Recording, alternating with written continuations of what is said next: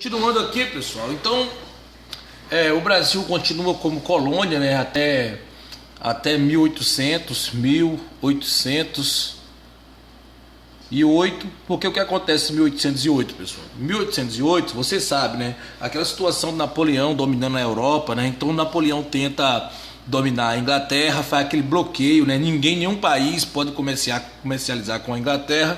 Só que Portugal, ele era um parceiro comercial muito importante da Inglaterra, então ele acaba fazendo o que? Desobedecendo a ordem de Napoleão, francês, né? Então Napoleão manda invadir Portugal. Quando Napoleão manda invadir Portugal, a família real, na calada da noite, foge para o Brasil, certo? E quando essa família real foge para o Brasil, no tempo era Dom... não era o nome do Dom João VI, né, era o príncipe, né? Dom João VI veio para Portugal, para o Brasil, fugindo de Napoleão, que estava invadindo Portugal. Aí quando chegou aqui, ele fez o que? Porra, ele elevou o Brasil à categoria de Reino Unido a Portugal. Então quer dizer, o Brasil deixou de ser colônia, passou a ser Reino Unido. E o Brasil passou a ser a sede do governo português, porque era no Brasil que estava a família real, ou seja, o príncipe regente. Ele estava no Brasil, então o Brasil deixa de ser colônia, passa a ser Reino Unido. Aí, pessoal, o que acontece aí é uma série de coisas, né? Depois de Napoleão ele é derrotado e aí acontece uma revolução lá, a Revolução do Porto em 1821 lá em Portugal. E essa revolução ela exige a volta de Dom João VI e a família real para Portugal, certo? Só que o Dom João VI, ele fala o quê? Ele deixa aqui no Brasil Dom Pedro, certo? Dom Pedro I, ele deixa Dom Pedro I aqui, inclusive ele tem uma conversa com Dom Pedro, dizendo que se o Brasil for ficar independente, que Dom Pedro faça essa independência. Então, nessa sequência aí, acontece um monte de situações político-administrativas, organizações no Brasil, pessoas, partidos políticos, né, uns querendo que fique independente, outros querendo que não fique independente, outros querendo que o príncipe volte, então uma bagunça política como sempre foi no Brasil, né? Queriam que Dom Pedro I também fosse para Portugal, entendeu? Alguns grupos políticos queriam que Dom Pedro I também fosse em Portugal. Então é quando Dom Pedro I diz o quê? É para o bem de todos e felicidade geral da nação, digo ao povo que fico.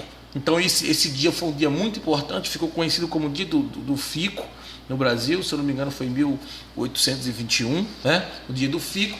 E depois em 1822, Dom Pedro I proclama a independência do Brasil, certo? Perto do Riacho Ipiranga, em São Paulo, ele proclama a independência do Brasil. Aí o Brasil deixa de fato realmente de ser até Reino Unido, colônia, isso passa a ser um império à parte, né? É um império, agora começa o império do Brasil, porque quando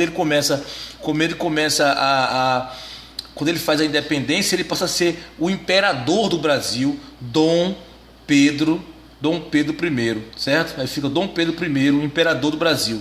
Que depois você sabe que vem Dom Pedro II, seu filho, né? Entre Dom Pedro II e Dom Pedro I, nós temos um período chamado regência, certo?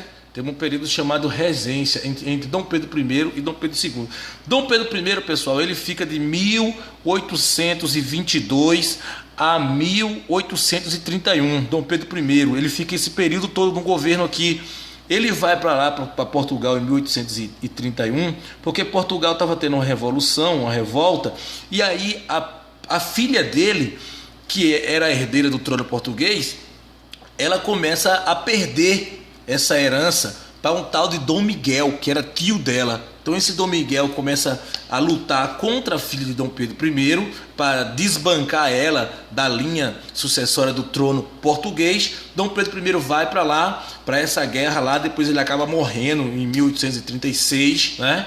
Ele acaba morrendo, mas o importante é que quando ele vai embora em 1831, ele deixa aqui o filho dele, Dom Pedro II. Dom Pedro II, tá, pessoal? Poxa, Dom Pedro II. E esse Dom Pedro II, ele tinha 5 anos de idade. E como ele tinha 5 anos de idade, ele não podia governar. Então, de 1831, quando Dom Pedro I vai embora e deixa o filho dele, começa o período regencial, que vai de 1831 a 1840. Tá, pessoal? A partir de 1800, a partir